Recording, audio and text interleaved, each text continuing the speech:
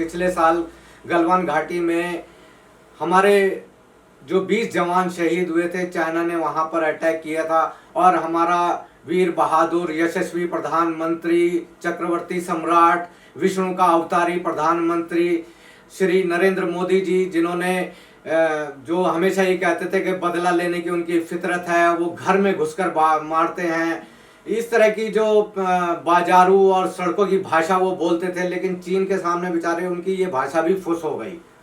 और एक टीवी को इंटरव्यू देते हुए भाजपा के वरिष्ठ नेता, पूर्व वित्त मंत्री श्री यशवंत सिन्हा ने कहा कि ये बहुत मैं मानता हूं कि अफसोस की बात है कि हम चीन की बात नहीं कर रहे हैं। अभी हम लोगों ने कल परसों मनाया था सालगिरह उस दिन का जिस दिन हमारे 20 सैनिक गलवान में मारे गए थे।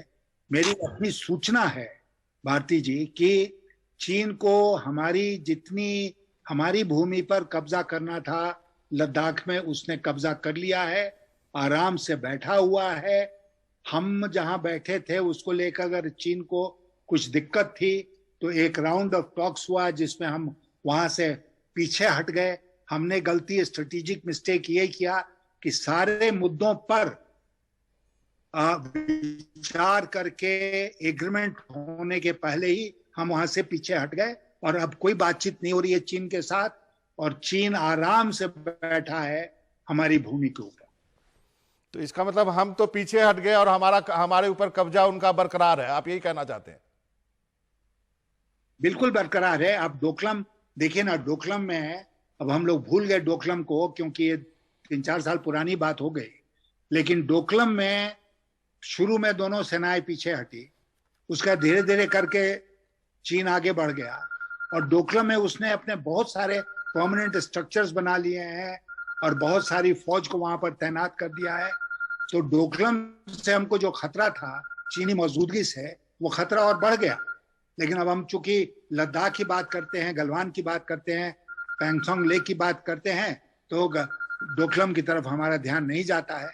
लेकिन हमको चीन के स्वभाव को समझना पड़ेगा और उसी तरह सावधानी से चीन से हमको डील करना पड़ेगा। गलवान घाटी में जो चीन घुसा था वो वहां पर घुसकर अपनी जगह पर बैठ गया है, वो वहां से पीछे नहीं हटा है और जो इन्होंने बातचीत का सिलसिला जारी किया उससे अब कोई फायदा नहीं होने वाला है। यानी दोस्तों, मीडिया में हमें बताया जा रहा है या सरकार हमें बता रही है कि चीन पीछे हट गया है, चीन भाग गया है, चीन डर के पीछे भाग गया है। ऐसा कुछ भी नहीं है। चीन ने जितनी जमीन पर कब्जा करना था वो कर चुका है और हमारा यशस्वी चक्रवर्ती सम्राट, विष्णु का अवतारी प्रधानमंत्री चुपचाप बैठा हुआ है और इस पर भी कोई कार्रवाई नहीं कर रहे हैं, या इस पर भी कोई कार्रवाई नहीं हो रही है। हाँ, इतना जरूर हो सकता है कि जब चुनाव आएंगे तो हमारे यशस्वी प्रधानमंत्री उन शहीदों की याद दिलाएंगे या उस वक्त में कोई नया कांड हो सकता है, कोई आतंकवादी हमले हो सकते हैं, कोई चीन के साथ में कोई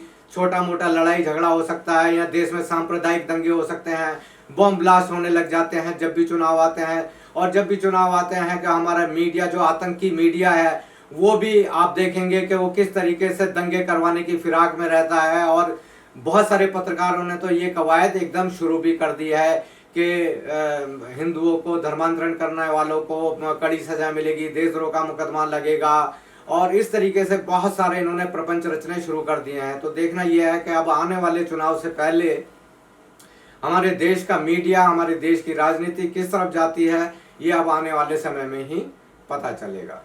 धन्यवाद। कोरोना के इस संकट काल में घर बैठे करें स्वरोजगार की पढ़ाई। मध्य प्रदेश का अटल बिहारी वाजपेयी हिंदी विश्वविद्यालय आपको बनाएगा आत्मनिर्भर। प्राथमिक चिकित्सा विशेषज्ञ डिप्लोमा करें और पाएं नौकरी, या शुरू करें अपने खुद का फर्स्ट एड सेंटर। बाल झड़ना, डैंड्रफ और बालों की हर समस्या का इलाज निशा हर्बल ऑयल, आयुर्वेदिक गुणों वाला Nisha herbal oil. Gaupath smart memory Ayurvedic syrup. इस सिरप से दिमाग और याददाश्त के विकास के लिए IGF-2 और DHA की कमी एकदम खत्म हो जाती है। My memory is smart memory. I am a smart girl. Are you?